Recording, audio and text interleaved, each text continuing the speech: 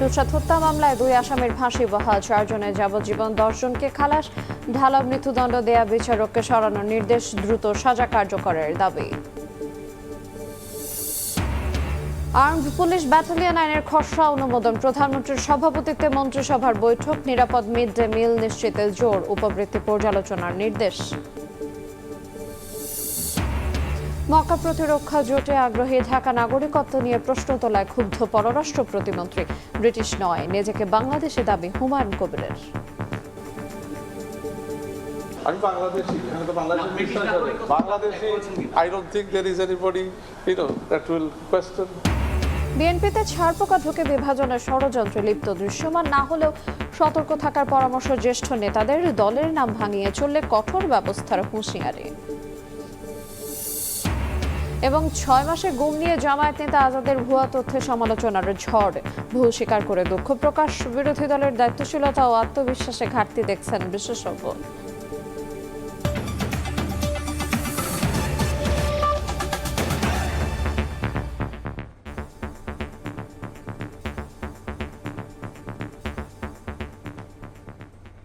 দেখছিলেন শিরোনাম। প্রবাসের সময় সঙ্গে আছি আইরিন আয়াত। ফেনীতে চাঞ্চল্যকর নুসরাত হত্যা মামলায় সোনাগাজী ইসলামিয়া মাদ্রাসার তৎকালীন অধ্যক্ষ সিরাজউদ্দৌলা ও শিক্ষার্থী শাহাদাত হোসেন শামীমের মৃত্যুদণ্ড বহাল রেখেছেন উচ্চ আদালত। সাজা কমিয়ে যাবজ্জীবন কারাদণ্ড দেওয়া হয়েছে 4 জনকে, খালাস পেয়েছেন 10 আসামি। একই সঙ্গে বিচারিক আদালতে ঢালাও মৃত্যুদণ্ড দেয়া বিচারককে সরিয়ে দেওয়ার নির্দেশ দিয়েছেন হাইকোর্ট। 2019 সালের 6 এপ্রিল সোনাগাজী ইসলামিয়া ফাজিল মাদ্রাসার ছাদে নির্মম পৈশাচিকতার শিকার হয়েছিল নুসরাত জাহান রাফি। মাদ্রাসার তৎকালীন অধ্যক্ষের বিরুদ্ধে শ্লীলতাহানির অভিযোগ প্রত্যাহার না করায় কেরোসিন ঢেলে আগুন ধরিয়ে দেওয়া হয় নুসরাতের গায়ে। পরে ঢাকা মেডিকেলের বার্ন ইউনিটে চিকিৎসাধীন অবস্থায় 10 এপ্রিল মারা যায় নুসরাত। নুসরাতকে পুড়িয়ে হত্যার এই নৃশংস ঘটনায় ফুঁসে উঠেছিল গোটা দেশ। ঘটনার মাত্র 7 মাসের মাথায় 2019 সালের 24 অক্টোবর ফেনীর নারী ও শিশু নির্যাতন দমন ট্রাইব্যুনাল মাদ্রাসার তৎকালীন অধ্যক্ষ সিরাজউদ্দৌলা সহ 16 আসামির সবাইকে মৃত্যুদণ্ড দেন। নিম্ন আদালতের সেই সাজার পর আইন অনুযায়ী মৃত্যুদণ্ড অনুমোদনের জন্য মামলার নথি আসে হাইকোর্টে। দীর্ঘ আইনি লড়াই, রাষ্ট্র ও আসামি পক্ষের যুক্তিতর্ক শেষে সোমবার উচ্চ আদালত মাদ্রাসার তৎকালীন অধ্যক্ষ সিরাজউদ্দৌলা ও একই মাদ্রাসার ছাত্র শাহাদাত হোসেন শামীমের মৃত্যুদণ্ড বহাল রাখেন। একই সঙ্গে মৃত্যুদণ্ডের সাজা কমিয়ে 4 জনকে যাবজ্জীবন দেন। খালাস দেয়া হয়েছে 10 আসামিকে। রায়ে নিম্ন আদালতে ঢালাও ফাঁসি দেওয়া বিচারকের বিচারিক ক্ষমতা কেড়ে নেওয়ার নির্দেশ দিয়েছেন হাইকোর্ট। এই 16 জন নিম্ন আদালত কর্তৃক মৃত্যুদণ্ডপ্রাপ্ত আসামির মধ্যে আদালত 2 জন আসামির মৃত্যুদণ্ডের রায়কে বহাল রেখেছেন। তারা হলেন এই মাদ্রাসার তৎকালীন অধ্যক্ষ SM সিরাজউদ্দৌলা এবং শাহাদাত হোসেন শামীম। আদালতের পর্যবেক্ষণ অনুযায়ী এই বিচারক মামুনুর রশিদকে অবিলম্বে পেনাল এবং সেন্টেন্সিং অর্থাৎ ফৌজদারি মামলার বিচার এবং সেক্ষেত্রে তার দণ্ড দেওয়ার ক্ষেত্র থেকে তাকে সরিয়ে আনার জন্য আইন, বিচার এবং সংসদ বিষয়ক মন্ত্রণালয়ের প্রতি নির্দেশনা প্রকাশ করেছেন। সিসিটিভির ফুটেজ গায়েব করে দেয় নুসরাত হত্যার রহস্য এখনও উদ্ঘাটিত হয়নি দাবি করে রায়ের বিরুদ্ধে উচ্চ আদালতে আপিল করার কথা জানান আসামি পক্ষের আইনজীবীরা। আশেপাশের লোক কেউই জানলো না, কেউ শব্দ পেল না, একা একা আগুন লেগে গেল। এই পার্টটুকুর রহস্য এখানে থেকেই গেল। ফলে আমরা এর বিরুদ্ধে আপিল করব। আমরা এক্সপেক্ট করি মাননীয় আপিল বিভাগে গিয়ে এই রহস্যের উন্মোচন হবে। 16 জনের ফাঁসি একটা মামলায়, এটা আমাদের এর আগে এরকম কোনো জাজমেন্ট আমার জানা নাই। নুসরাত হত্যা মামলার 16 আসামি কারাগারে রয়েছেন। যাবজ্জীবন পাওয়া 4 আসামিকে কন্ডেম সেল থেকে সাধারণ জেলখানায় দেওয়ার নির্দেশ দেওয়া হয়েছে। সাবরিনা মজুমদার, সময় সংবাদ, ঢাকা। এদিকে ঢালাও সাজা দেওয়ার রাশ টানতে সতর্ক করলেন দেশের উচ্চ আদালত। স্বীকারোক্তিমূলক জবানবন্দি থাকলেই সাজা নয়, এই বিষয়েও স্পষ্ট বার্তা দিলেন হাইকোর্ট। নুসরাত হত্যা মামলায় গণহারে মৃত্যুদণ্ড দেয়া বিচারকের ক্ষমতা কেড়ে নিয়ে এই বার্তা দিয়েছেন বলে জানান আইনজীবীরা। 16 আসামির সবাইকে ফাঁসি দিয়ে অনেক নিরপরাধ পরিবারকে বিপর্যয়ে ফেলা হয়েছিল বলেও মনে করেন উচ্চ আদালত। নুসরাত হত্যা মামলায় 16 আসামির মধ্যে 12 জনই নিজের দায় স্বীকার করে ফৌজদারি কার্যবিধির 164 ধারায় জবানবন্দি দেয়। ফেনীর নারী ও শিশু নির্যাতন দমন ট্রাইব্যুনালের বিচারক মামুনুর রশিদ 16 আসামিকেই ফাঁসির আদেশ দেন। সোমবার হাইকোর্ট তার রায়ে বলেছেন, মৃত্যুদণ্ড দেওয়ার ক্ষেত্রে কোনো ধরনের বিচারিক মনোভাব দেখাননি ওই বিচারক। 87 জনের সাক্ষ্য, 12 আসামির স্বীকারোক্তিমূলক জবানবন্দি ও উচ্চ আদালতের রায় পর্যালোচনা করে আইনজীবীরা বলছেন 164 ধারায় জবানবন্দি থাকলেই যে আসামি অপরাধী, এই প্রচলিত ধারণা ভেঙে দিলেন হাইকোর্ট। যে কনফেশনটা আমাদের কাছ থেকে আদায় করা হয়েছে সেটা জোরপূর্বক, সেটা একটা এক্সকালপেটরি কনফেশন ছিল, এটার উপরে রিলাই করে কোনো সাজা দেওয়া যায় না। আজকে হাইকোর্ট ডিভিশনের রায়ের মধ্যে দিয়ে এই ব্যাপারে অনেকগুলো ফাইন্ডিং এসেছে, যেগুলো আমাদেরকে এই 164 নির্ভরশীলতা থেকে বেরিয়ে আসতে সাহায্য করবে। এখন থেকে আমাদের জানা উচিত নিম্ন আদালতের মামলাগুলো রায় দেওয়ার সময় অত্যন্ত কেয়ারফুলি দিতে হবে। একটা মানুষকে ইচ্ছা করলে ফাঁসি দেওয়া যায় না। নুসরাত হত্যার বিচার দাবিতে সে সময় বিক্ষোভে ফুঁসে উঠেছিল সারা দেশ।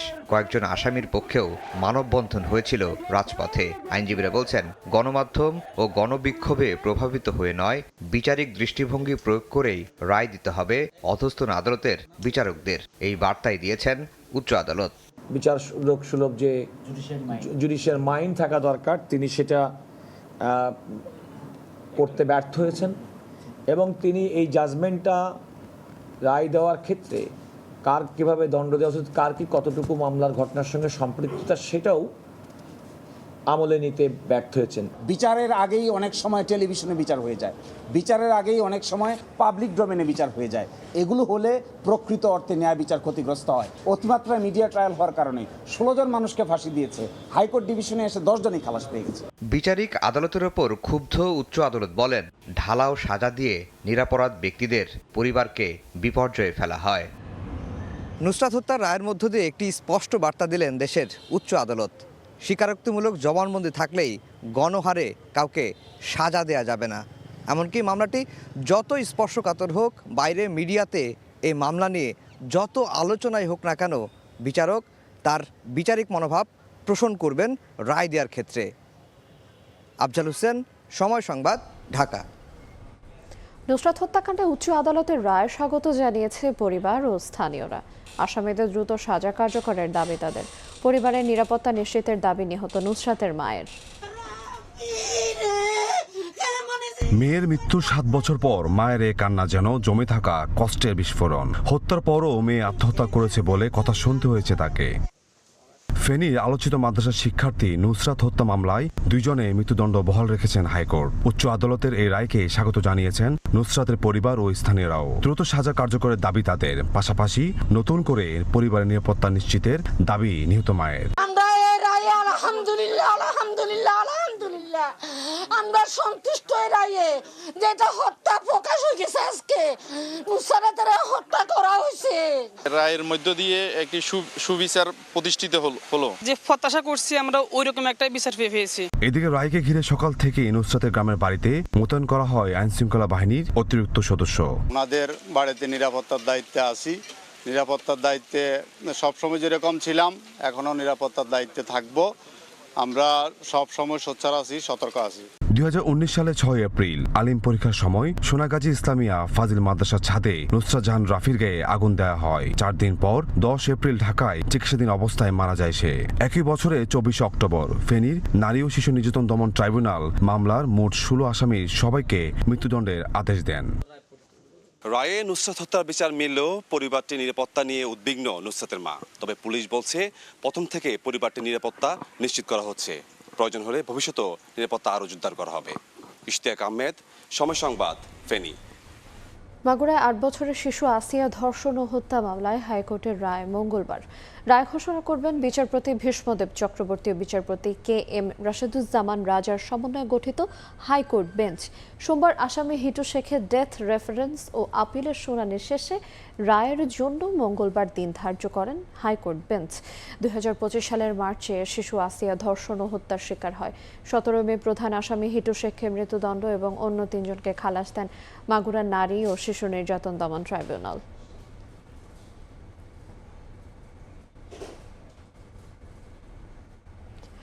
আর্মড পুলিশ ব্যাটালিয়ন আইন 2026-এর খসড়ার নীতিগত ও চূড়ান্ত অনুমোদন দিয়েছে মন্ত্রিসভা। খসড়া আইনটি জনমত যাচাইয়ের উদ্দেশ্যে স্বরাষ্ট্র মন্ত্রণালয়ের ওয়েবসাইটে সংযুক্ত করা হয়েছে। সোমবার বিকেলে সচিবালয়ে প্রধানমন্ত্রীর সভাপতিত্বে মন্ত্রিসভার বৈঠকে আর্মড পুলিশ ব্যাটালিয়ন আইনের খসড়ার চূড়ান্ত অনুমোদন দেওয়া হয়। পুলিশ বাহিনীর অধীনে এই ব্যাটালিয়ন পুলিশের একজন অতিরিক্ত মহাপরিদর্শকের নিয়ন্ত্রণ ও তত্ত্বাবধানে পরিচালিত হবে। এর আগে শিক্ষা সহায়তা ট্রাস্টের কার্যক্রম নিয়ে বৈঠকে মিড ডে মিলে শিক্ষার্থীদের পুষ্টিকর ও নিরাপদ খাবার নিশ্চিতে গুরুত্ব আরোপ করেন প্রধানমন্ত্রী। একই সঙ্গে ষষ্ঠ থেকে স্নাতক পর্যন্ত মেয়েদের জন্য সার্বজনীন উপবৃত্তি আবারও চালুর সম্ভাবনা পর্যালোচনার নির্দেশ দেন তিনি। সাবেক প্রধানমন্ত্রী বেগম জিয়ার আমলে মেয়েদের জন্য চালু হওয়া সার্বজনীন উপবৃত্তি কর্মসূচির প্রভাব, অর্জন এবং মিড ডে মিলের বিস্তারিত আলোচনা হয়।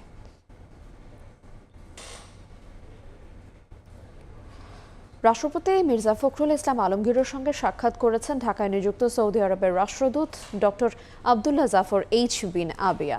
সোমবার দুপুরে বঙ্গভবনে সাক্ষাৎকালে সৌদি বাদশাহ সালমান বিন আব্দুল আজিজ ও ক্রাউন প্রিন্স মোহাম্মদ বিন সালমানের পক্ষ থেকে মির্জা ফখরুল ইসলাম আলমগীরকে রাষ্ট্রপতি হিসেবে দায়িত্ব গ্রহণের জন্য অভিনন্দন জানান তিনি। এ সময় বর্তমান বৈশ্বিক জ্বালানি সংকট পরিস্থিতিতে সৌদি আরবকে বাংলাদেশের পাশে থাকার আহ্বান জানান রাষ্ট্রপতি। এদিন রাষ্ট্রপতির সঙ্গে সৌজন্য সাক্ষাৎ করেন প্রধান বিচারপতি জুবায়ের রহমান চৌধুরীও। বিচার বিভাগের সার্বিক কার্যক্রম রাষ্ট্রপতিকে অবহিত করেন তিনি।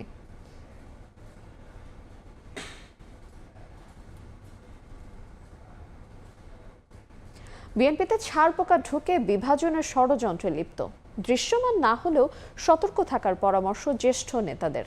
দলের নাম ভাঙিয়ে চললে কঠোর ব্যবস্থা নেওয়া হবে বলে হুঁশিয়ারি দিয়েছেন ভারপ্রাপ্ত মহাসচিব। রাজধানীতে আলাদা অনুষ্ঠানে এসব কথা বলেন তারা।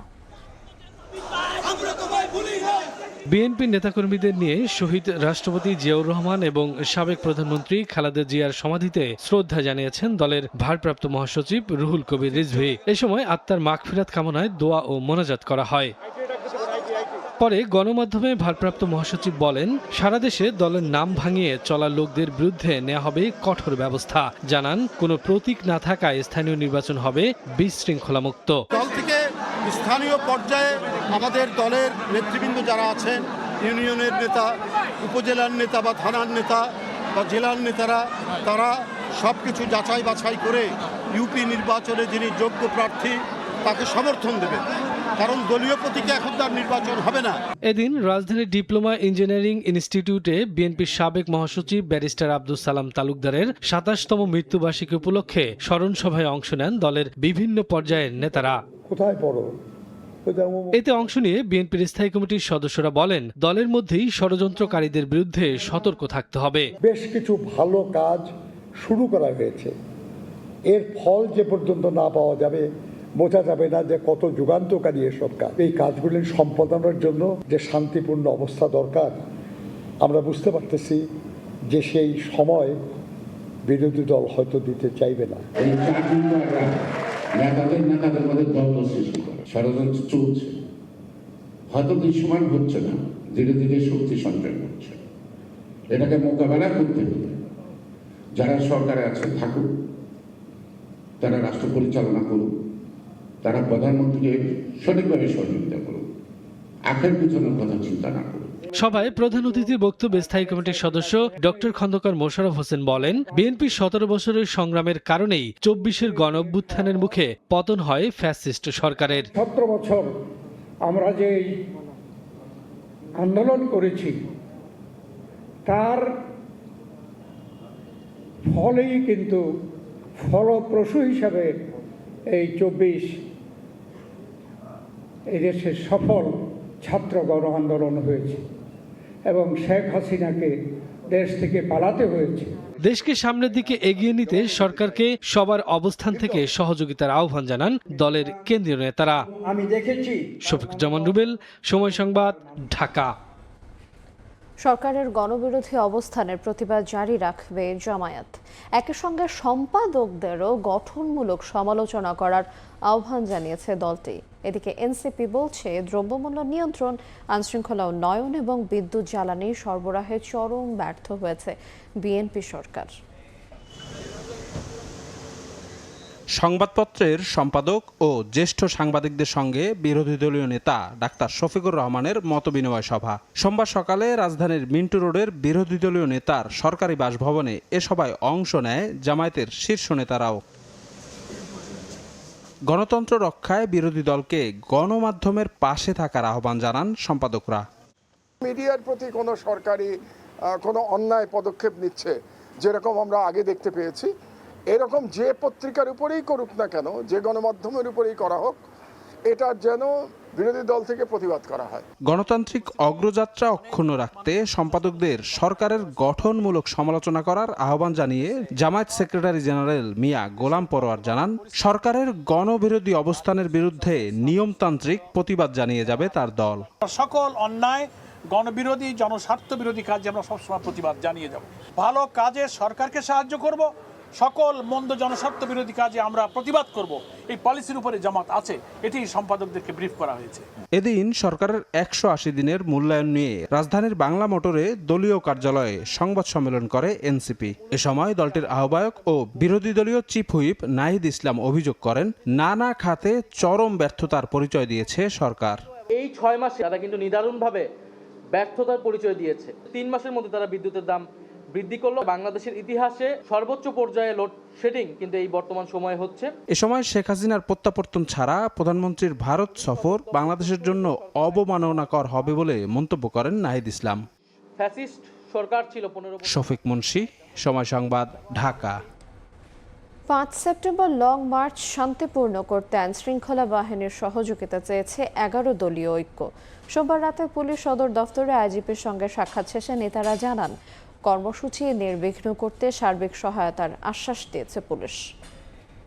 4টি লং মার্চের বিস্তারিত শিডিউল, টাইম উল্লেখ করে, দিনক্ষণ উল্লেখ করে আমরা লিখিতভাবে কোথায় কোথায় পথসভা হবে বিস্তারিত আমরা ওনাদের কাছে লিখিত হস্তান্তর করেছি। আইজিপি যতটা আন্তরিকতা এবং আশ্বস্ত করেছেন, আশা করি এই লং মার্চে আমরা পুলিশ প্রশাসনের আন্তরিক সহযোগিতা পাব।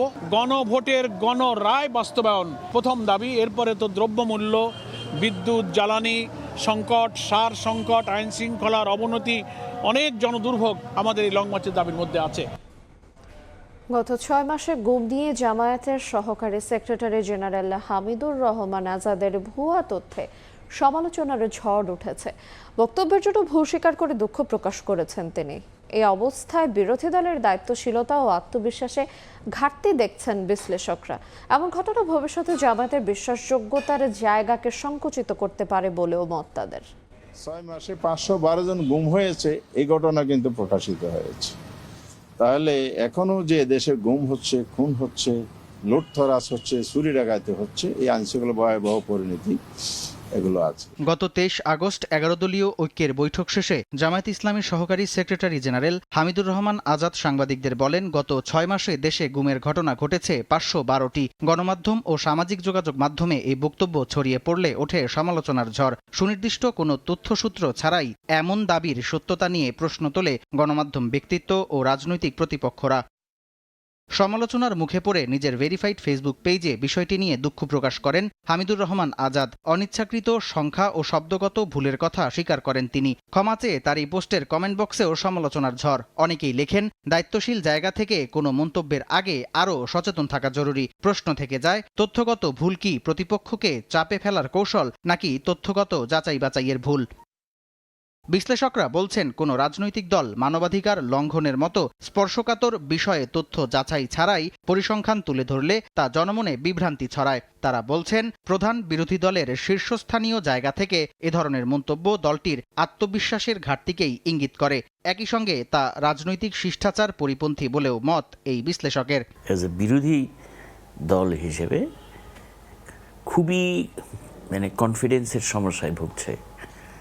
তারপরে কনফিডেন্ট তো ল্যাক অফ কনফিডেন্স তো আছেই, on the other hand confused. তাদের কি করা দরকার, সেই জায়গাটাতে তারা বারবার হোঁচট খাচ্ছে, মুখ ফসকে এসব কথা বলছেন। কিন্তু ওনাদের বোঝা উচিত যে ওনারা নামের শেষে ইসলামী কথাটা লাগান। যখন তারা এই কথাটা বলেন তখন মানুষ কিন্তু ওইটা দিয়ে বিচার করে থাকে। দুঃখ প্রকাশ ইতিবাচক পদক্ষেপ হলেও যাচাইহীন বক্তব্য ভবিষ্যতে দলটির বিশ্বাসযোগ্যতার জায়গাকে সংকুচিত করতে পারে বলেও অভিমত বিশ্লেষকদের। মিথ্যা দিয়ে কখনো অন্যকে ডোবানো যায় না। ওনাদের নিজেদের ক্ষতি ওনারা নিজেরাই করলেন এটা করার মাধ্যমে।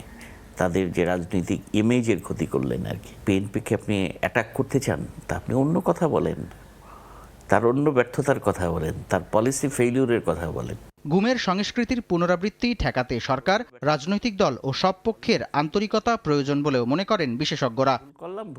সামদানি প্রত্যয়, সময় সংবাদ, ঢাকা। ব্রিটিশ নাগরিকত্ব বিতর্কের মুখে মুখ খুলেছেন পররাষ্ট্র প্রতিমন্ত্রী হুমায়ুন কবির। নিজেকে বাংলাদেশি নাগরিক দাবি করে বলেছেন, যারা দেশের ভালো চায় না তারাই সমালোচনা করছে। সোমবার বিকেলে পররাষ্ট্র মন্ত্রণালয়ের সাংবাদিকদের সঙ্গে মতবিনিময়ে হুমায়ুন কবির আরও জানান, মক্কা প্রতিরক্ষা জোট নিয়ে আগ্রহী ঢাকা।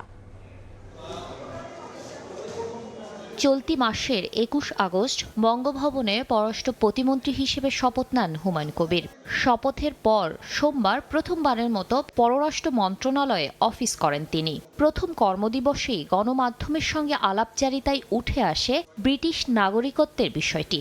নিজেকে বাংলাদেশের নাগরিক হিসেবে পরিচয় দিয়ে দেশের প্রতি তার অবস্থান নিয়ে কোনো প্রশ্ন থাকা উচিত নয় বলে মন্তব্য করেন হুমায়ুন কবির। আমি বাংলাদেশি, আমি তো Bangladeshi. I don't think there is anybody, that will question my Bangladeshism and my stand. Moinuddin ফখরুদ্দিনের জ্বালা উঠছে, তার আমার লাগি।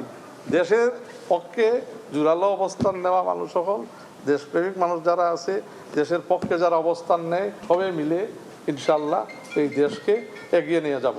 সৌদি আরব, পাকিস্তান, তুরস্কের প্রতিরক্ষা সহযোগিতার কাঠামোতে এক দেশের উপর সশস্ত্র হামলাকে ৩ দেশের উপর হামলা হিসেবে বিবেচনার নীতি রয়েছে। মক্কা প্রতিরক্ষা চুক্তিতে বাংলাদেশের সম্ভাব্য সম্পৃক্ততা নিয়ে জাতীয় স্বার্থ ও পরবর্তী বৈশ্বিক বাস্তবতার আলোকে বিষয়টি ইতিবাচকভাবে দেখার কথা জানান প্রতিমন্ত্রী। বাংলাদেশের leadership, particularly honourable prime minister Tarique রহমানের লিডারশিপ কে তারা অনেক জায়গায় আমন্ত্রণ জানাচ্ছেন। এমনও হয় যে ইসলামিক নেশনসের মধ্যে একটা সিকিউরিটি প্যাক্ট হয়, তাহলে এখানে তো আর অস্বাভাবিক না যাওয়া। So let's see, it's being viewed positively. নতুন দায়িত্বে পররাষ্ট্রনীতির ধারাবাহিকতা বজায় রাখার কথাও জানান হুমায়ুন কবির। শাতিলা শারমিন, সময় সংবাদ, ঢাকা। উন্নত জীবনের আশায় পাড়ি জমিয়েছিলেন যুক্তরাষ্ট্রে, কিন্তু সেই স্বপ্নেরই দেশেই বন্দুক সহিংসতায় প্রাণ গেল ইউসুফ রাজুর। 22 আগস্ট রাতে নিউ ইয়র্কের ব্রুকলিনে রেস্তোরাঁয় ঢুকে গুলি চালায় অস্ত্রধারী। বুকে গুলিবিদ্ধ হয়ে ঘটনাস্থলে মারা যান নোয়াখালীর সোনাইমুড়ির ইউসুফ। মৃত্যুর খবরে কান্নায় ভেঙে পড়েন স্বজনরা। এদিকে গুলিতে আহত আরেক বাংলাদেশি রাসেল হাসপাতালে চিকিৎসাধীন।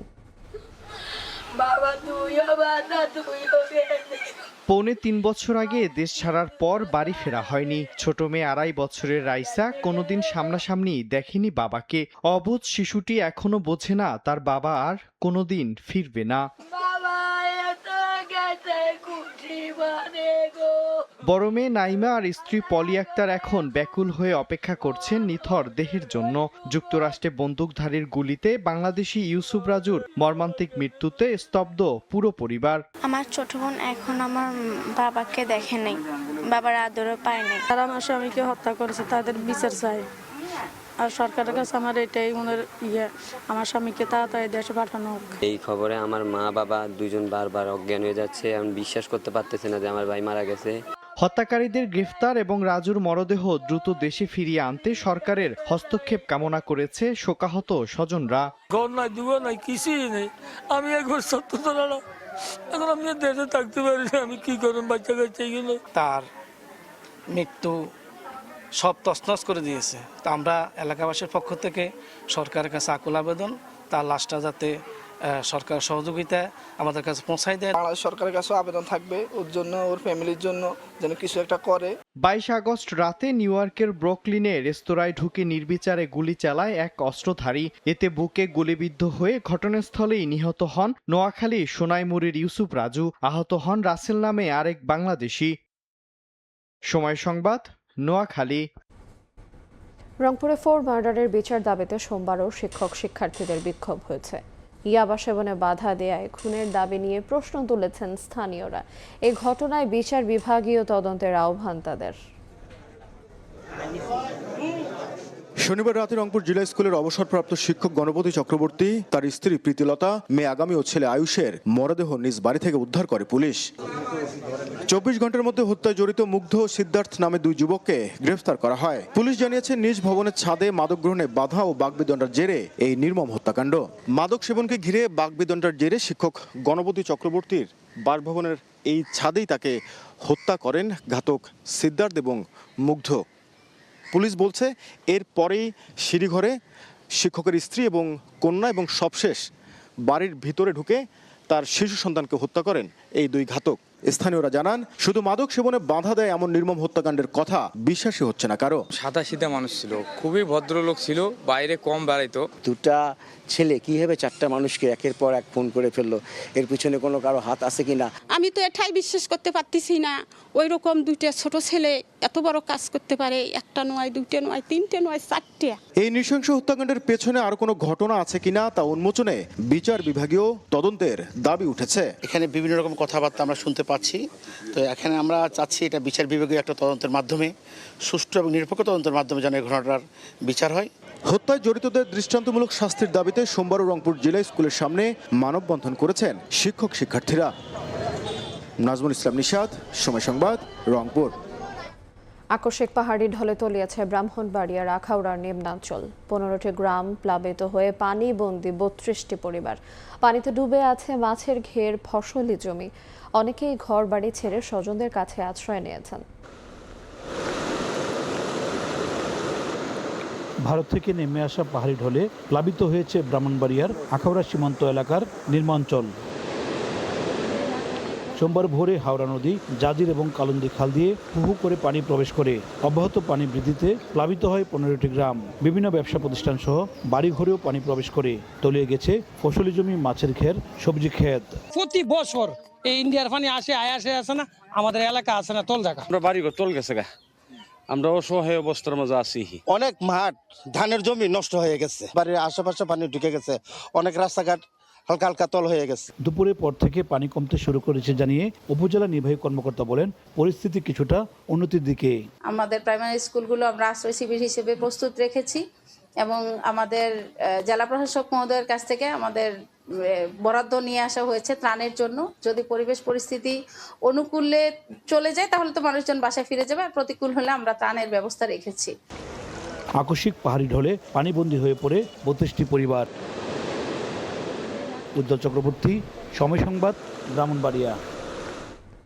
বৈরী আবহাওয়ার কবলে পড়ে বঙ্গোপসাগরে বরগুনার একটি মাছ ধরা ট্রলার ডুবে 14 জন জেলে নিখোঁজ হয়েছেন। বরগুনার জেলা মৎস্যজীবী ট্রলার মালিক সমিতির সভাপতি গোলাম মোস্তফা চৌধুরী জানায়, শুক্রবার 14 জেলে নিয়ে পাথরঘাটা থেকে বঙ্গোপসাগরে মাছ শিকারে যায় এফবি বরকত। সোমবার বিকেলে পটুয়াখালীর কুয়াকাটা থেকে 50 কিলোমিটার দক্ষিণ পূর্বে গভীর বঙ্গোপসাগরে বৈরী আবহাওয়ার কবলে পড়ে ট্রলারটি ডুবে যায়। এরপর থেকে ট্রলারে থাকা 14 জেলের সঙ্গে যোগাযোগ বিচ্ছিন্ন হয়ে যায়। নিখোঁজ জেলেদের সন্ধানে এফবি জহুরা নামের আরেকটি মাছ ধরা ট্রলার পাঠানো হয়েছে বলেও জানান তিনি।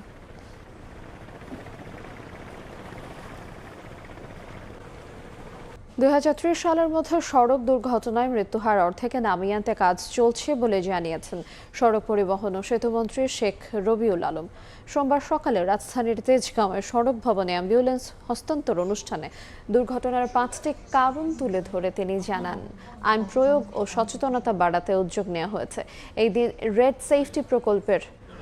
সেফটি প্রকল্পের উদ্যোগে 7টি সাধারণ লাইফ সাপোর্ট অ্যাম্বুলেন্স, 40টি মোটরসাইকেল অ্যাম্বুলেন্স ও 80টি পেট্রোল মোটরসাইকেল হস্তান্তর করা হয়। অনুষ্ঠানে মহাসড়কের কাছাকাছি 24টি ট্রমা সেন্টার চালুর বিষয়ে গুরুত্ব দেন স্বাস্থ্য প্রতিমন্ত্রী।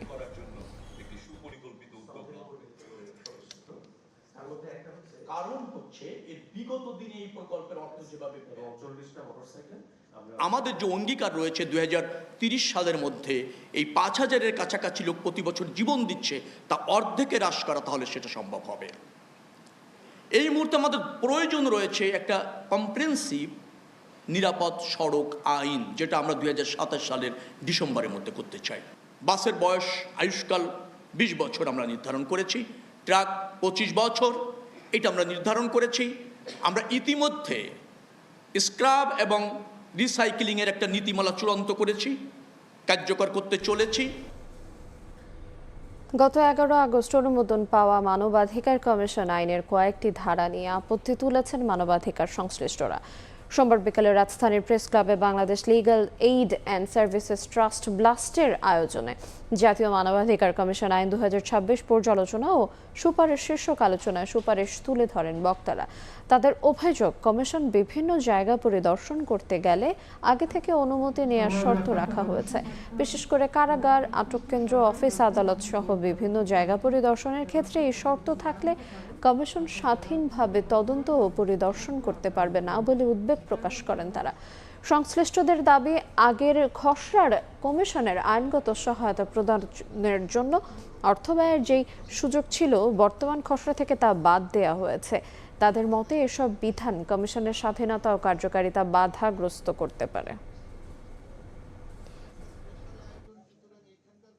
আমি মনে করি যে মানবাধিকার সুরক্ষা নয়, মানবাধিকার লঙ্ঘনকারী সুরক্ষা হবে।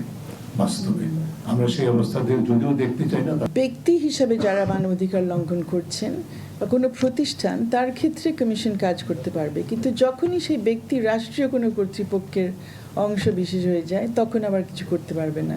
তো এটা তো একদম মৌলিক একটা বৈষম্য। দেখছেন প্রবাস সময়। ক্ষমতাচ্যুত হাসিনা সরকার দেশের প্রতিটি প্রশাসনিক কার্যালয়কে ধ্বংস করেছে, এমন মন্তব্য করেছেন সংস্কৃতি মন্ত্রী নিতাই রায়চৌধুরী।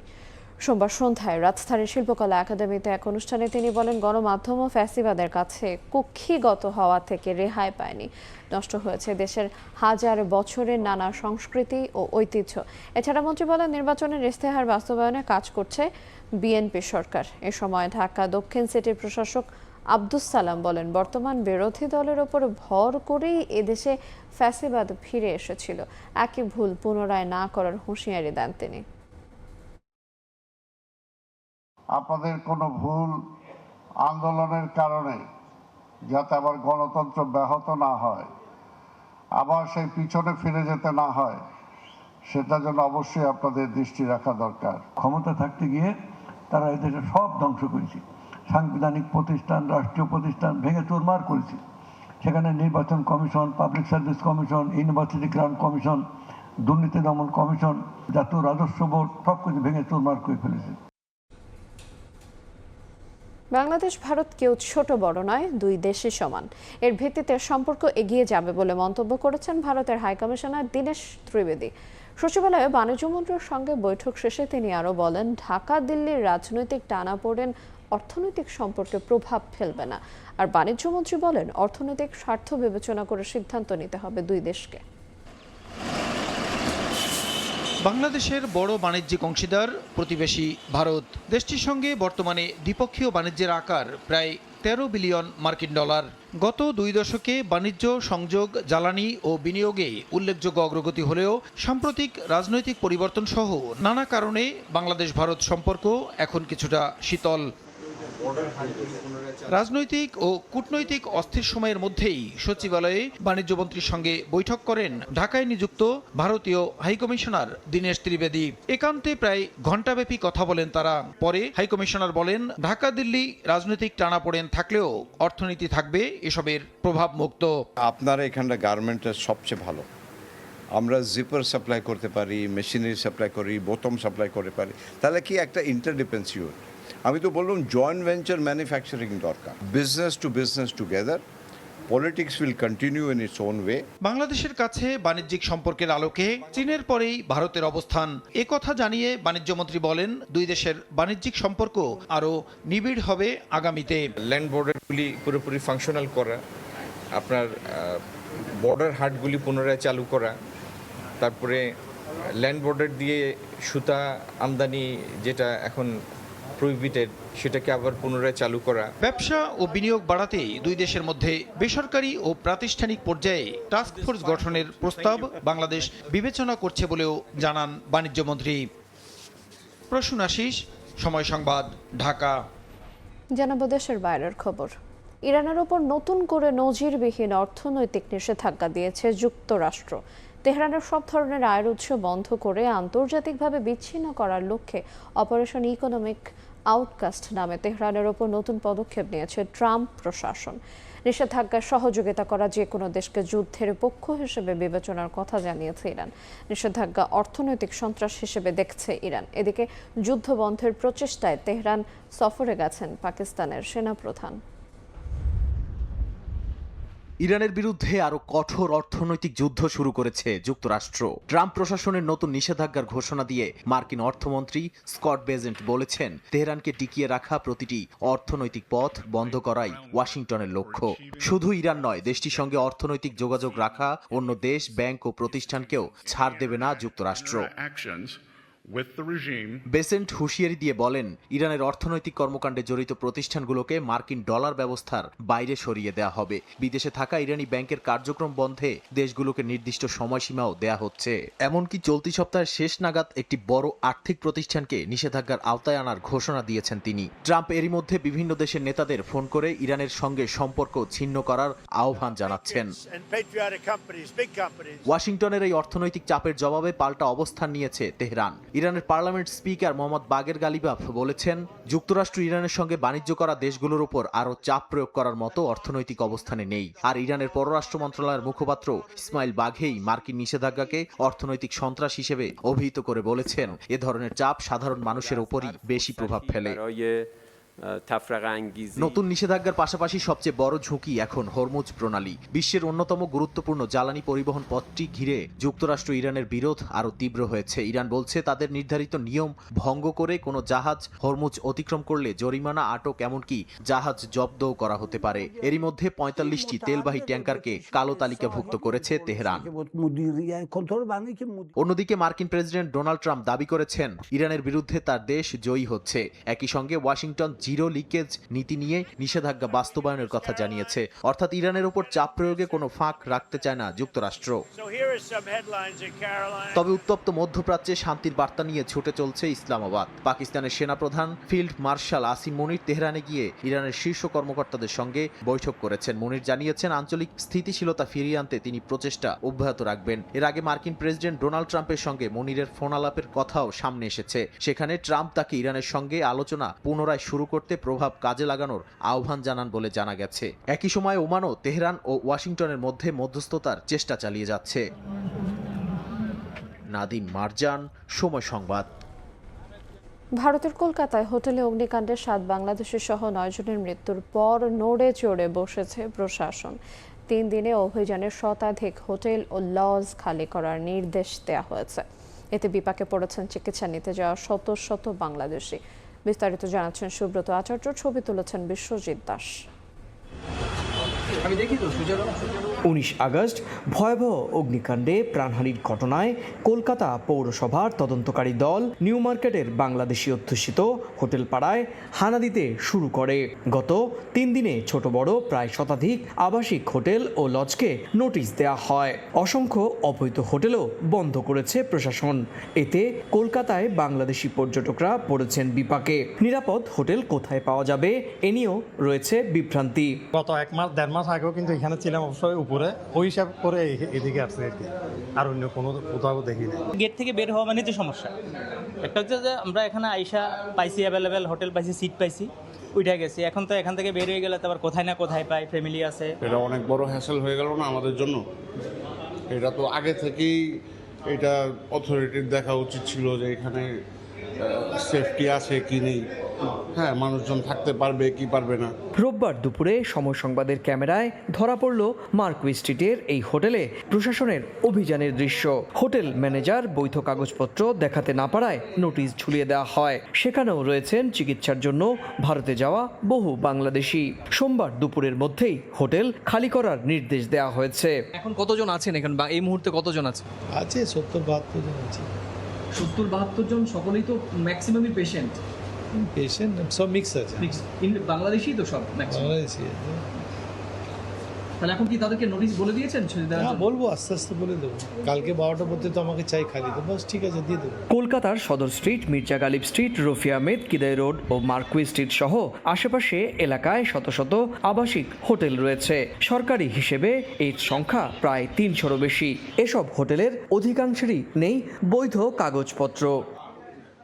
মার্কুই স্ট্রিটের সবচেয়ে বেশি কক্ষ বিশিষ্ট আবাসিক হোটেল এটি, আর সেই হোটেলটিতেই আজকে দুপুরবেলা হানা দিয়েছে কলকাতা কর্পোরেশন, কলকাতা পুলিশ এবং ফায়ার এবং সিএসসির আধিকারিকরা, এবং তারপর এই হোটেলে সরাসরি বন্ধ করার নোটিশ ঝুলিয়ে দেওয়া হয়। এখানে প্রায় 58টি আবাসিক কক্ষ রয়েছে এবং সেখানে প্রায় অধিকাংশই রয়েছেন বাংলাদেশি পর্যটকরা। এখন বাংলাদেশি পর্যটকদের প্রশ্ন, এই আচমকা হোটেল বন্ধ করে দেওয়ার পর তারা যাবেন কোথায়?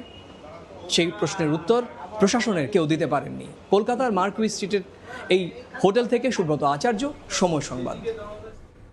বিদেশি কর্মী নিয়োগ প্রক্রিয়াকে আরও স্বচ্ছ ও সুশৃঙ্খল রূপ দিতে 8 ধাপের কঠোর নিয়ম জারি করেছে মালয়েশিয়া। বিজ্ঞপ্তিতে বলা হয়েছে অবশ্যই নিবন্ধিত ও অনুমোদিত রিক্রুটিং এজেন্সির মাধ্যমে বাংলাদেশ, ভারত, মিয়ানমার, পাকিস্তান এবং নেপাল থেকে কর্মী নিতে হবে। অনুমোদনবিহীন যে কোনো মাধ্যম ব্যবহার করে সম্পূর্ণ নিষিদ্ধ ও কঠোর শাস্তিযোগ্য বলে জানানো হয়েছে। মালয়েশিয়া থেকে মোহাম্মদ আব্দুল কাদেরের রিপোর্টে বিস্তারিত। বিদেশি কর্মী নিয়োগ প্রক্রিয়াকে সুনির্দিষ্ট কাঠামোর মধ্যে আনতে কঠোর উদ্যোগ নিয়েছে মালয়েশিয়ার মানব সম্পদ মন্ত্রণালয়ে। স্থানীয় সময় রোববার জারি করা এক বিজ্ঞপ্তিতে জানানো হয়, নিয়োগ প্রক্রিয়ায় প্রথম ধাপে মালিক পক্ষকে দেশের শ্রম বিভাগের ধারা 60কে মেনে মাই ফিউচার জবস পোর্টালে চাকরির শূন্য পদের বিজ্ঞপ্তি প্রকাশ করতে হবে। দ্বিতীয় ধাপে থাকবে ই কোটা ও সাক্ষাৎকার। মানব সম্পদ মন্ত্রণালয়ের FWCMS পোর্টালে প্রয়োজনীয় নথি অনলাইনে যাচাই এবং সাক্ষাৎকারের পর কোটার চূড়ান্ত অনুমোদন দেওয়া হবে। তৃতীয় ধাপে ইমিগ্রেশন ডিপার্টমেন্টের মাধ্যমে সরকার নির্ধারিত কর বা লেভি পরিশোধ করতে হবে। লেভি পরিশোধের বিষয়টি নিশ্চিত হলে পোর্টাল থেকে মালিকপক্ষকে দেওয়া হবে শর্ত সাপেক্ষ অনুমোদনপত্র। পঞ্চম ধাপ থেকে শুরু হবে কর্মী প্রেরণকারী দেশের প্রক্রিয়া, যেখানে সংশ্লিষ্ট দেশের মালয়েশীয় দূতাবাসে গিয়ে প্রয়োজনীয় নথিপত্র যাচাই ও সত্যায়ন সম্পন্ন করতে হবে। এরপর সংশ্লিষ্ট দেশগুলোর অনুমোদিত রিক্রুটিং এজেন্সির মাধ্যমে চূড়ান্ত কর্মী বাছাই করা হবে। সপ্তম ধাপে সফল কর্মী নির্বাচন শেষে FWCMS এর মাধ্যমে আবেদন করা হবে ভিসা উইথ রেফারেন্স বা BWR। সবশেষে আইনি ছাড়পত্র পাওয়া কর্মীরা নিরাপদে মালয়েশিয়ায় পৌঁছে কর্মস্থলে যোগ দিলেই শেষ হবে পুরো প্রক্রিয়া। এদিকে কর্মী নিয়োগে মালয়েশীয় মালিকদের জন্য বিশেষ সতর্কতাও জারি করা হয়েছে। বাংলাদেশ, ভারত, মিয়ানমার, পাকিস্তান এবং নেপাল থেকে কর্মী আনার ক্ষেত্রে অবশ্যই FWCMS পোর্টালে নিবন্ধিত ও অনুমোদিত রিক্রুটিং এজেন্সি ব্যবহার করতে হবে। অনুমোদনবিহীন যে কোনো মাধ্যম ব্যবহার সম্পূর্ণ নিষিদ্ধ ও কঠোর শাস্তিযোগ্য বলে জানিয়েছে দেশটির মানব সম্পদ মন্ত্রণালয়। মোহাম্মদ আব্দুল কাদের, সময় সংবাদ, কুয়ালালামপুর, মালয়েশিয়া। জাপানে বিদেশি পর্যটকের সংখ্যা আবারও ঊর্ধ্বমুখী। জুলাইয়ে দেশটিতে 34,42,000-এর বেশি বিদেশি পর্যটক গেছেন, যা গত বছরের একই সময়ের তুলনায় 0.1% বেশি। চীন থেকে পর্যটক কমলেও দক্ষিণ কোরিয়া, তাইওয়ান এবং হংকং থেকে আগমন বেড়েছে উল্লেখযোগ্য হারে। জাপান থেকে শাকিল মাহমুদের রিপোর্ট। জাপান ন্যাশনাল ট্যুরিজম অর্গানাইজেশনের প্রাথমিক পরিসংখ্যান বলছে, জুলাইয়ে দেশটিতে বিদেশি পর্যটক এসেছেন 34,42,100 জন। মাসভিত্তিক হিসাবে এটি এখন পর্যন্ত সর্বোচ্চ। পর্যটন খাতে ধীরগতির আশঙ্কার মধ্যেও এমন প্রবৃদ্ধি জাপানের ভ্রমণ বাজারে বিদেশিদের আগ্রহ ধরে রাখারই ইঙ্গিত দিচ্ছে। তবে পর্যটক আগমনে দেশভেদে দেখা গেছে বড় ধরনের পার্থক্য। চীন থেকে জুলাইয়ে জাপানে আসা পর্যটকের সংখ্যা গত বছরের একই সময়ের তুলনায় কমেছে 56.1%। তবে দক্ষিণ কোরিয়া থেকে এসেছেন 8,94,000-এরও বেশি পর্যটক, এক বছরে যা বেড়েছে 31.9%। তাইওয়ান থেকেও পর্যটক বেড়েছে 26.4%। দেশটি থেকে আগত পর্যটকের সংখ্যা ছাড়িয়েছে 7,63,000। হংকংয়ের পর্যটক আগমনেও এবার বড় অগ্রগতি দেখা গেছে। গত বছর জাপানের সম্ভাব্য দুর্যোগ নিয়ে সামাজিক যোগাযোগ মাধ্যমে ছড়িয়ে পড়া ভিত্তিহীন গুজবের প্রভাবে দেশটিতে পর্যটক আসা কমে যায়। তবে এবার সেই চিত্র পুরোপুরি বদলে গেছে। জুলাইয়ে হংকং থেকে জাপানে পর্যটক সংখ্যা ছাড়িয়েছে 2,72,000। চীনের ক্ষেত্রে বড় ধস নামলেও দক্ষিণ কোরিয়া, তাইওয়ান ও হংকংয়ের পর্যটকরা জাপানের সামগ্রিক পর্যটন প্রবাহকে ধরে রেখেছে ইতিবাচক ধারায়। ফলে এশিয়ার বিকল্প বাজারগুলোকেও ঘিরেও দেশটির পর্যটন খাত নতুন করে গতি পাওয়ার সম্ভাবনা দেখছেন বিশ্লেষকরা। জাপান থেকে মোহাম্মদ শাকিল মাহমুদ, সময় সংবাদ। ফিনল্যান্ডের প্রবাসী বাংলাদেশিদের অংশগ্রহণে অনুষ্ঠিত হয়েছে সিরাতুন নবী মাহফিল ও সিরাত প্রতিযোগিতা। পবিত্র রবিউল আউয়াল মাস উপলক্ষে মুসলিম ফোরাম ফিনল্যান্ডের আয়োজনে মহানবীর জীবন ও আদর্শ নিয়ে আলোচনা হয় হেলসিঙ্কিতে। ফিনল্যান্ড থেকে মহিউদ্দিন মধুর রিপোর্টে বিস্তারিত। হে রাসূল, তোমাকে ভুলি আমি কেমন করে, হে রাসূল, তোমাকে ভুলি আমি কেমন করে। মহানবীর শানে গজল পরিবেশনের মধ্য দিয়ে শুরু হয় সিরাত মাহফিল। তায়েফের কাফেরেরা চিনলো না হে আলো, দুষ্টু ছেলেদের পিছু দিল লেলিয়ে। চলছে আরবি বছরের রবিউল আউয়াল মাস, যে মাসে মুসলিম সম্প্রদায়ের সবশেষ নবী হযরত মুহাম্মদ সাল্লাল্লাহু আলাইহি ওয়াসাল্লাম জন্মগ্রহণ করেন। এ উপলক্ষে মহানবীর পবিত্র জীবন ও আদর্শের নানা দিক নিয়ে ফিনল্যান্ডে সিরাত মাহফিলের আয়োজন করা হয়। হেলসিঙ্কিতে প্রবাসী বাংলাদেশিদের জন্য মুসলিম ফোরাম ফিনল্যান্ড এই আয়োজন করে। মাহফিলের প্রধান আলোচক ইংল্যান্ডের লেখক ও গবেষক শাইখ আব্দুস সালাম আজাদি। মহানবীর জীবন, তার মানবিক মূল্যবোধ, নৈতিকতা এবং সমাজ গঠনে তার আদর্শ নিয়ে বক্তব্য রাখেন তিনি। এবারের যে বিষয় ছিল মহানবী সাল্লাল্লাহু আলাইহি সাল্লামের জীবনের উপর, সিরাতের উপর। সিরাতের গুরুত্ব অপরিসীম এবং আমাদের বিদেশে এবং আমাদের যে বাচ্চারা তাদেরকে সিরাত জানানোর জন্য আমরা এক বিশেষ আয়োজন করেছি এবং আমরা আমাদের যে ইলম একাডেমি মাদ্রাসা এখানেও পাঠ্য বই সিলেবাসে আমরা সিরাত অন্তর্ভুক্ত করেছি। যেহেতু এটি মাহে রবিউল আউয়াল মাস, সেক্ষেত্রে সেই জন্য আমরা প্রতি বছরের মতোই যেহেতু ওয়াজ মাহফিল আমরা আয়োজন করি, এবছর আমরা চিন্তা করেছি যে আমরা সিরাত মাহফিলের আয়োজন করব। আমরা এটিকে আরও আকর্ষণীয় করার জন্য এখানে আমরা কাহুত প্রতিযোগিতারও আমরা আয়োজন করেছি। ভিন্ন সংস্কৃতি ও পরিবেশের থেকেও ধর্মীয় মূল্যবোধ, ইতিহাস ও আদর্শকে পরবর্তী প্রজন্মের কাছে পৌঁছে দিতে ছিল সিরাত কাহুত তথা কুইজ। এতে অংশ নেয় শিশু কিশোররা। মহিউদ্দিন মধু, সময় সংবাদ, ফিনল্যান্ড। যুক্তরাষ্ট্রের জালালাবাদ অ্যাসোসিয়েশন অব ক্যালিফোর্নিয়ার বার্ষিক বনভোজন ও পুনর্মিলনে উৎসবমুখর পরিবেশ অনুষ্ঠিত হয়েছে। স্থানীয় সময় রবিবার লস অ্যাঞ্জেলেসের অদূরে নর্থ হলিউডে দিনব্যাপী এই আয়োজন করা হয়। অনুষ্ঠানে ছিল বিভিন্ন ধরনের খেলাধুলা, শিশু কিশোরদের অংশগ্রহণের প্রতিযোগিতা, সাংস্কৃতিক পরিবেশনা এবং পুরস্কার বিতরণ। বিভিন্ন প্রতিযোগিতায় বিজয়ীদের হাতে পুরস্কার তুলে দেন অতিথিরা। এ সময় সংগঠনের সভাপতি আব্দুল মুনিম, সাধারণ সম্পাদক লায়েক আহমেদ সহ বিভিন্ন শ্রেণী পেশার প্রবাসী বাংলাদেশিরা উপস্থিত ছিলেন।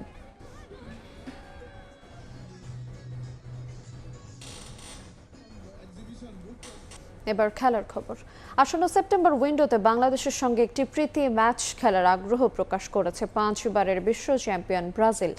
বাংলাদেশ সফর শেষে বাফুফে সভাপতি তাবিদ আউয়ালের কাছে নিজেদের ইচ্ছার কথা জানায় সিবিএফ এর প্রতিনিধি দল। সেপ্টেম্বরে ফিফা এশিয়ান কাপের খেলা থাকা সত্ত্বেও ব্রাজিলের সঙ্গে ম্যাচ খেলতে আগ্রহী বাফুফে। ফিফার সঙ্গে আলোচনা করে চূড়ান্ত সিদ্ধান্ত নেবেন বাফুফের সভাপতি। এছাড়া ভবিষ্যতে বাংলাদেশকে নিরপেক্ষ ভেন্যু হিসেবে ব্যবহার করতে চায় ব্রাজিল। ফিফা আসিয়ান কাপের পর এবার প্রীতি ম্যাচ খেলতে ব্রাজিলের আগ্রহ। জাতীয় দলের জন্য সেপ্টেম্বর উইন্ডোতে প্রতিপক্ষ পাওয়া নিয়ে শঙ্কায় থাকা বাফুফে এবার পড়েছে দোটানায়। গেল রোববার হঠাৎই বাংলাদেশ সফরে আসে কনফেডারেশন অব ব্রাজিল ফুটবলের 5 সদস্যের প্রতিনিধি দল। ঢাকা জাতীয় স্টেডিয়ামের পাশাপাশি তারা পরিদর্শন করে বসুন্ধরা কিংস অ্যারেনা ও বাংলাদেশের বেশ কয়েকটি 5 তারকা হোটেল।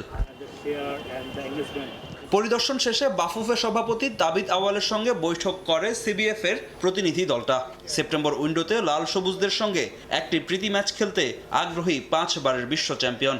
মূলত বাংলাদেশে ব্রাজিল সমর্থকদের জন্যই এই প্রস্তাব দিয়েছে সিবিএফ। তবে বাফুফে আসিয়ান কাপ খেলার আগ্রহ প্রকাশ করে ফিফাকে সবুজ সংকেত দেওয়ায় এই ম্যাচের আয়োজন নিয়ে রয়েছে ধোঁয়াশা। ফিফার নিয়ম অনুযায়ী সেপ্টেম্বর-অক্টোবর উইন্ডোতে একটা দল ম্যাচ খেলতে পারে সর্বোচ্চ 4টি, আর আসিয়ান কাপেই বাংলাদেশকে খেলতে হবে অন্তত 4টি ম্যাচ। আর সেখানে ব্রাজিলের সঙ্গে ম্যাচ খেলা নিয়ে দোটানায় পড়েছে বাফুফে। আসিয়ান কাপের সাথে সেলেসাউদের সঙ্গেও ম্যাচ খেলতে চায় বাফুফে, যা নিয়ে ফিফার সঙ্গে কথা বলবেন বাফুফে সভাপতি তাবিত আউয়াল। তারা যুক্তরাষ্ট্র বা কোরিয়া, জাপান, এশিয়ার বিভিন্ন দেশে ওরা ফ্রেন্ডলি ম্যাচ খেলছে। সেখানে অনেক বাংলাদেশি দর্শক ছিল যারা ব্রাজিলকে সাপোর্ট করছে, এবং বাংলাদেশে ওয়ার্ল্ড কাপও তাদের হিউজ পরিবার সাপোর্টার আছে, ফ্যান গ্রুপ আছে, যার প্রেক্ষাপটে তারা একটা ম্যাচ খেলার জন্য আগ্রহ প্রকাশ করছে। আমাদের প্রেসিডেন্ট ফিফার সাথে একটু কথা বলবে যাতে উনি ব্রাজিল ম্যাচটা খেলতে পারে এবং আমরা আসিয়ান যে খেলাটা সেটা আমরা কভার করতে পারি। এদিকে বাংলাদেশে এসে জাতীয় স্টেডিয়াম সহ বিভিন্ন অবকাঠামো দেখে সন্তুষ্ট হলেও স্টেডিয়ামের ড্রেসিং রুম, প্রেস বক্স ও এক্সিট পয়েন্ট নিয়ে কিছু সংস্কার চায় সিবিএফ এর প্রতিনিধি দল। ম্যাচ খেলার জন্য বাফুফের কাছে আহামরি কোনো চাহিদা নেই ব্রাজিলের। তাদেরও কিছু রিকোয়ারমেন্ট ছিল।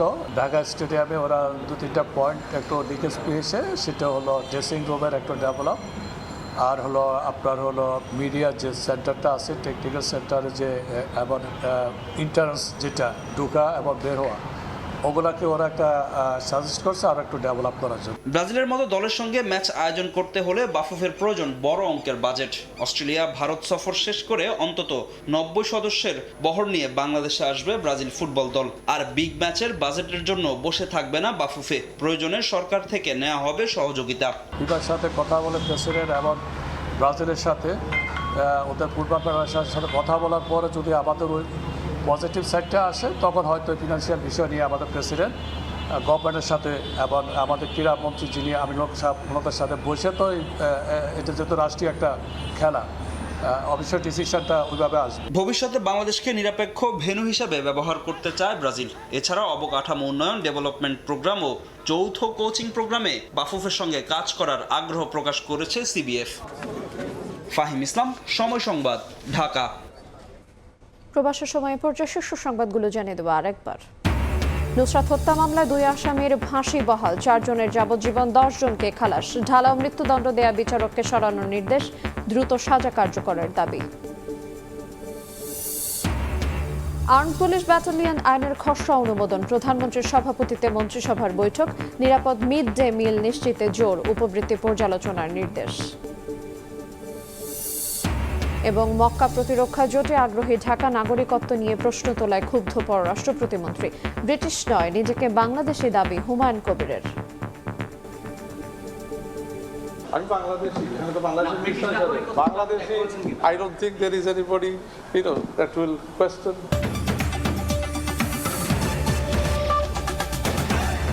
এই ছিল প্রবাসের সময়, সঙ্গে থাকুন সময়ের।